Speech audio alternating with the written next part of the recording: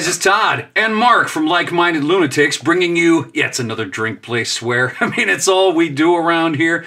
Besides trying to figure out how the hell you actually use nunchucks, it's all we actually care to do around here. Welcome back to the channel. Welcome back to Like Minded Lunatics. Welcome back to Drink, Play, Swear. No, dude, Like Minded Lunatics is not just Drink, Play, Swear. It's also your playlist on Fridays, Friday night videos. Yep. People should go check that out. Whoa, it's over there, I believe. Yeah.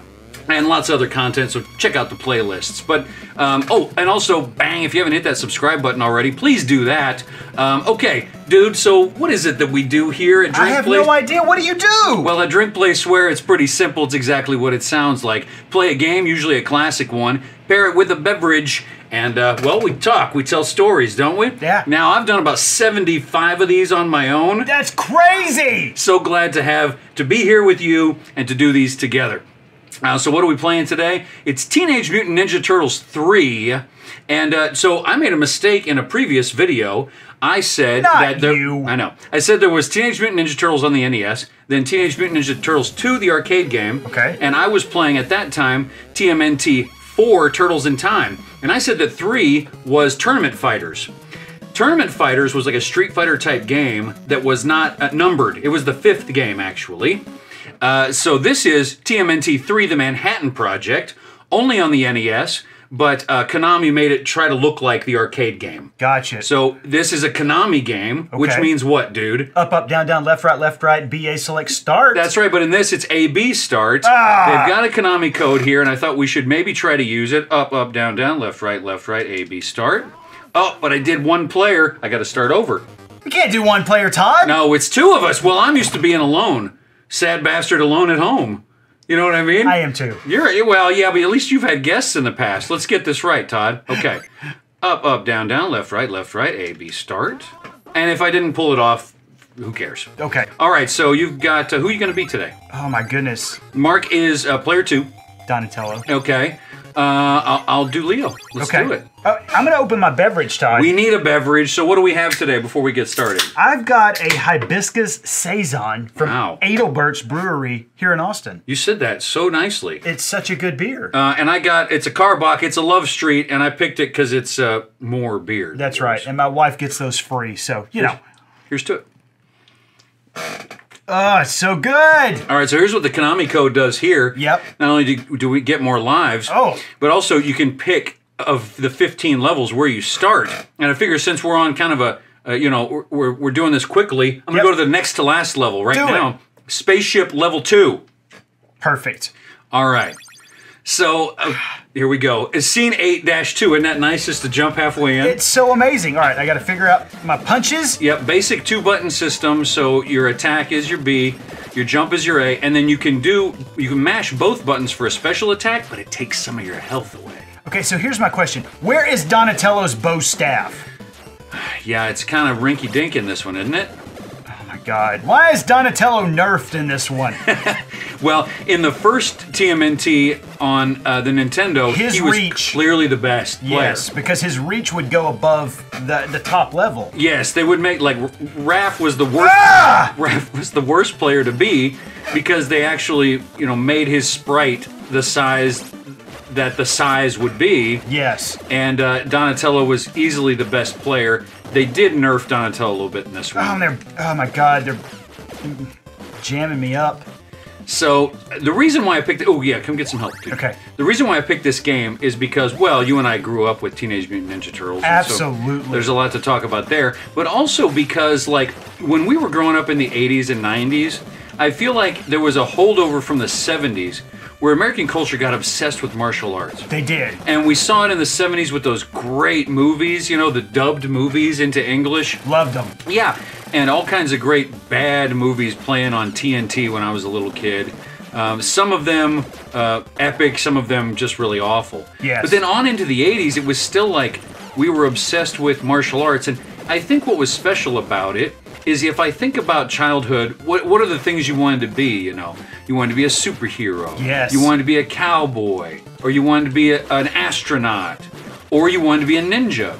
But of all of those things, the ninja was really the only one that's actually possible. You see? You know what I mean? Like, the others were fantasies, but kids, in their neighborhood would see that there were dojos or karate places. It was like something you could really do. It was in the neighborhood. Now, I never did it. Yes. But I know that you have a martial arts background. So I was hoping today to learn a little bit more about your martial arts background and just whatever you wanted to talk about, dude. Sure. So when I was younger, I grew up on a dairy farm in the middle. For beer. Okay. I grew up in the middle of nowhere. And these have to be done by the end. during the summer, Mom would enroll me for classes at McLennan County Community College. Okay. So I was like 12 and 13. Mom would enroll me in classes. Yeah. I took a magic class. Nice. I took an art class. Excellent. And one of them was a martial arts class, like a karate class. Okay. And I was expecting it to be like Mr. Miyagi. Sure. It was not that. An intense one-on-one experience where you're learning about a person and a culture, not just moves. Wasn't that. All right, let's do I was learning Wado-Ryu, Okay.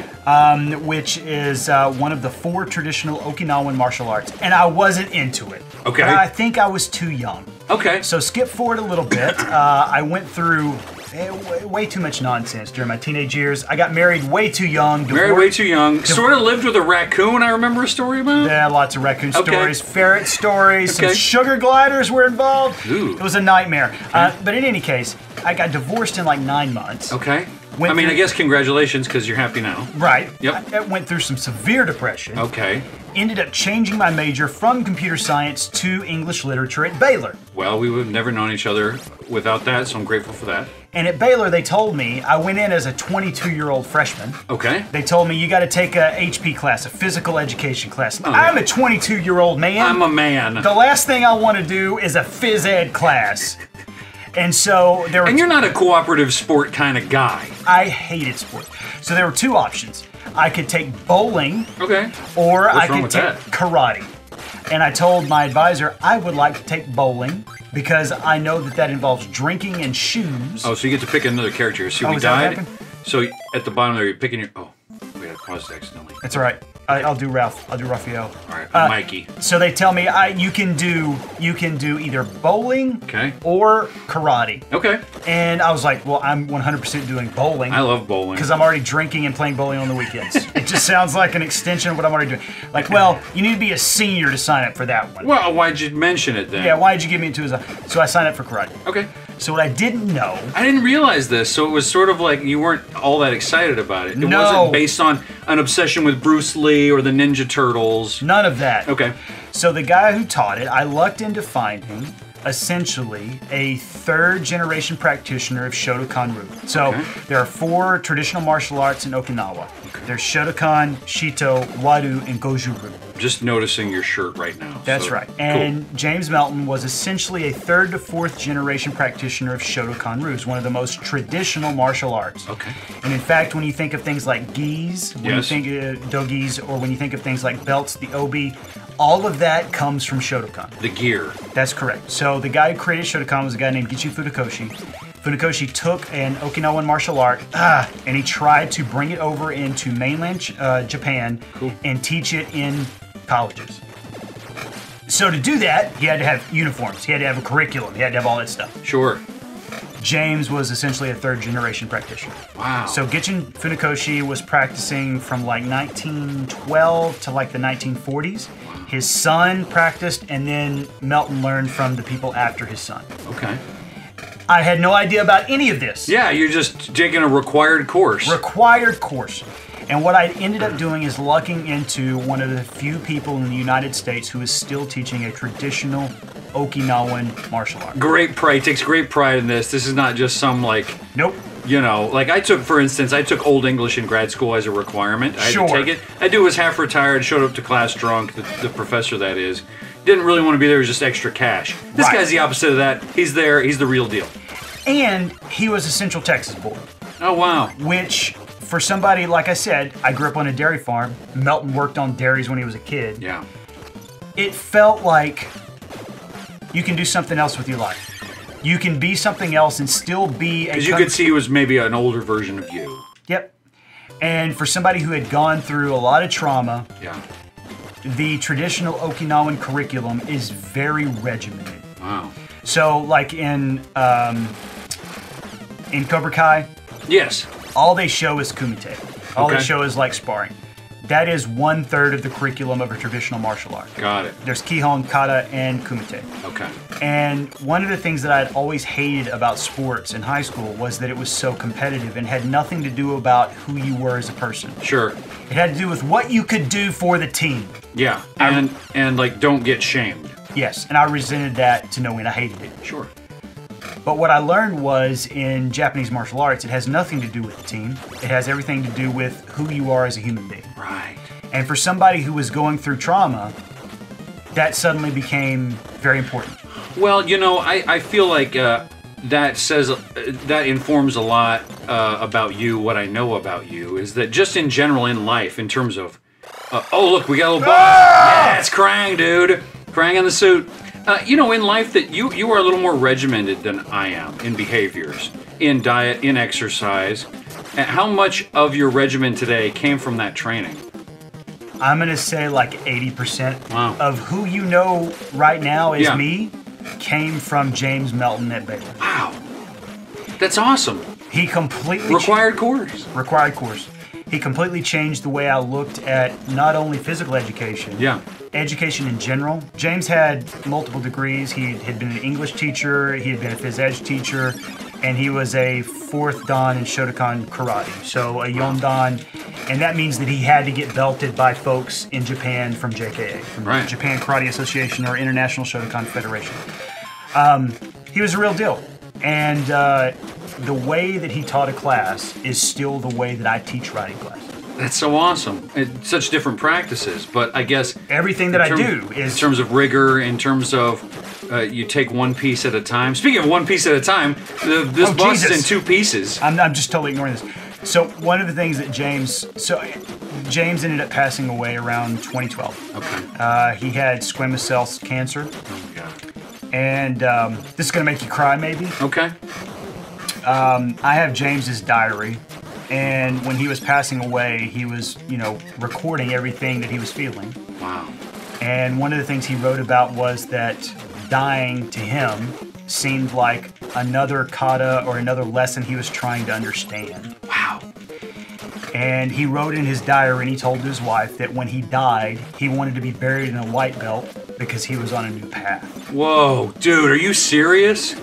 That is such a beautiful sentiment. I'm about to cry. Jesus. So, pause again. Yeah. So in his funeral, all of his formal students were there. There was like 50 or 60 of us. Oh my God. They call us to line up. We bow in. We do so when you bow in, you shomini to the front, Yeah. bow to the front, shomini re, and then you bow to the sensei. Sensei ni re. And we bow to James. Wow. They take his black belt away in the casket, per his request, White belt. and they lay a white belt in Oh there. my God, that's beautiful. And then What a sweet thing. that was the only thing he wanted for his funeral. Wow. Everything else, he specifically says in his diary, I don't want any of the religious nonsense. Yeah. Everybody go out to Cameron Park, have a barbecue. Wow. For my service, white belt. End it. That's all he wanted. Sounds like a great man. So everything that I am now, like how I've... The good parts. The good parts. The rigorous parts That's sweet. came from that. Dude, well, thanks for being here today. I thought we were just going to be talking jackassery. I talked way too long. What a sweet, wonderful sentiment. All right, well, let's wrap it up here. Great week here talking about martial arts. Great. And, hey, guys, in between now and the next time we talk to you, we're Mark and Todd. Yep. I can't do the whole thing. See ya.